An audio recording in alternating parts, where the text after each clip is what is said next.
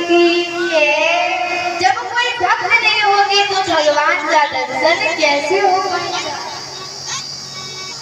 अब तो इधर नरसिंह भगवान अपने भक्त को कहते हैं, बेटा मैं तुम्हारी इस तपस्या से बड़ा प्रसन्न, मांग लो तुम्हें क्या चाहिए। अब तो भक्त प्रहलाद जी कहने लगे, बोले प्रभु आपकी कृपा हो गई और कुछ नहीं चाहिए। बोले नहीं बेटा कुछ तो मांगो। तो अब तो प्रहलाद जी कहने लगे, प्रभु इतनी कृपा करना कि मेरे पिताजी की दुर्गति ना हो, उनको सदगति मिल जाए।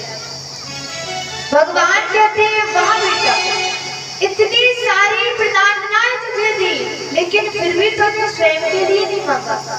क्या मांगा कि पिताजी की दुर्गति ना हो, उनकी सदगति हो जाए।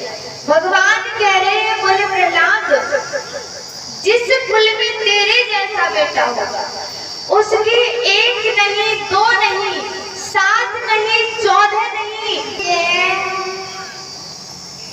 एक रोज प्रहलाद जी महाराज जंगल में भ्रमण करने के लिए जाते हैं, तो वहां इनकी वार्ता यानी मिलन दत्तात्रेय महाराज जी के साथ में होता है। तो दत्तात्रेय महाराज जी ने प्रहलाद जी को ज्ञानियों का सन्यासियों का अद्भुत चरित्र श्रवण करते हैं। श्री सुखदेव जी महाराज कहते हैं, राजन इस तरह श्री सुखदेव जी महाराज ने राजा परीक्षित को ये समृद्धि कथा श्रवण करने की और कहते हैं, राजन आगे एक बड़ी सुंदर सी कथा आती है। अब गजेंद्र अपना पांव हिला भी नहीं पा रहा,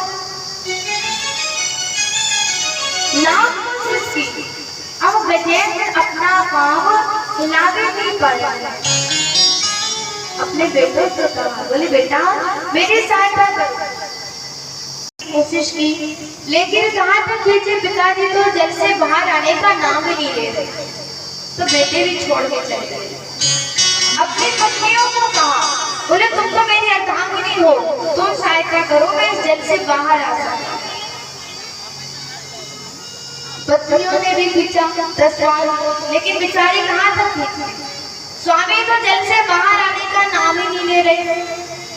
बेचारी वो भी हार गई, वो भी चली गई। अब तो गजेंद्र विशाल सरोवर में अकेला खड़ा हुआ है।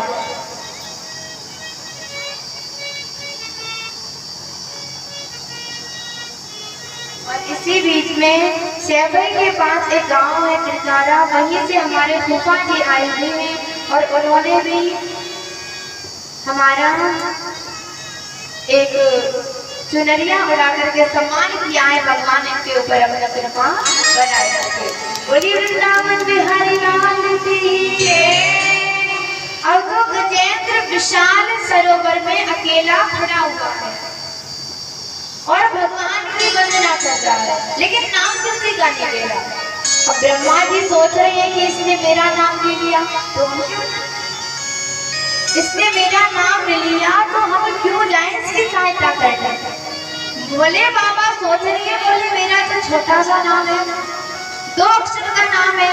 बोले क्या देता तो मैं भी चला जाता, इसने मेरा नाम ले लिया तो मैं क्यों जाऊंगा। भगवान नारायण सोचते हैं जिसने किसी का नाम नहीं लिया उसने मेरा नाम लिया। भगवान को कहा, आज तक भगवान अपने गरुड़ को कहते हैं, बोले गरुड़ जी सवारी तैयार करो और मुझे अपने भक्त की रक्षा करने के लिए जाना है।